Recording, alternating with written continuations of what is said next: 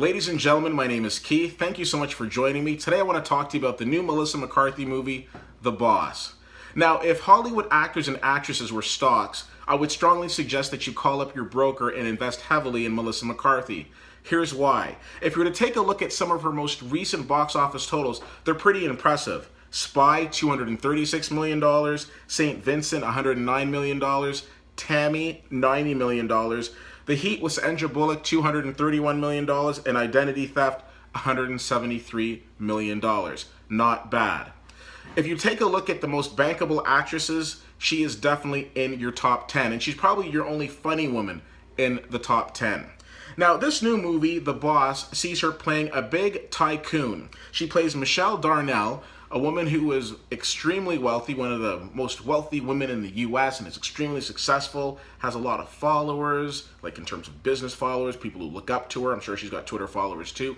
But very, very exciting, powerful woman. Then all of a sudden, it comes crashing down. The next thing you know, the one person that's there for her is her former assistant, played by Kristen Bell. Now, this is a Melissa McCarthy movie, which basically means is that every scene you're going to be treated to some great one-liners and some very entertaining hijinks.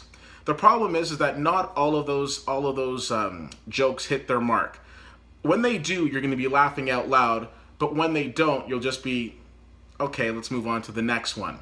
This is the second movie where she's directed by her husband, Ben Falcone. I was almost to say Benny, but no, I apologize. Ben Falcone. And the first movie being Tammy. I didn't particularly care for Tammy, but again, $90 million, not a terrible showing at the box office.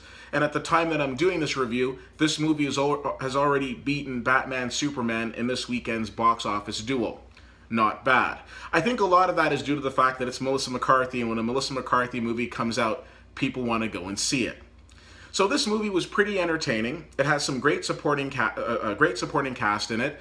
You've got, again, Kristen Bell as the co-lead. You've also got Kathy Bates popping up. You've also got Peter Dinklage in a very entertaining role playing Melissa McCarthy's on-screen rival.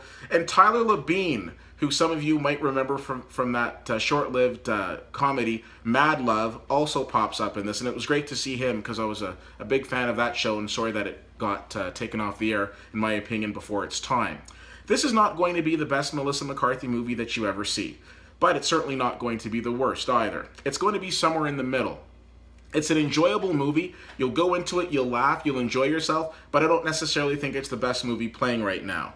I'd probably say this is a movie that's better served for you to see on Netflix, but when it pops up on Netflix, you don't want to sleep on it. Go check it out. At the end of the day, I give this movie a C+. It was enjoyable, but again, compared to her other movies, not as strong. If you get a chance to see The Boss, I'd be very interested to know what you think, and I'd really welcome your feedback. So feel free to reach out to me. If there's other movies that you want me to review, please reach out to me to that end as well. CFL_fan on Twitter, Facebook.com/WittyWhittier, and WittyWhittier.com. As always, I appreciate you taking the time to check this out. My name is Keith, and I'll see you at the movies.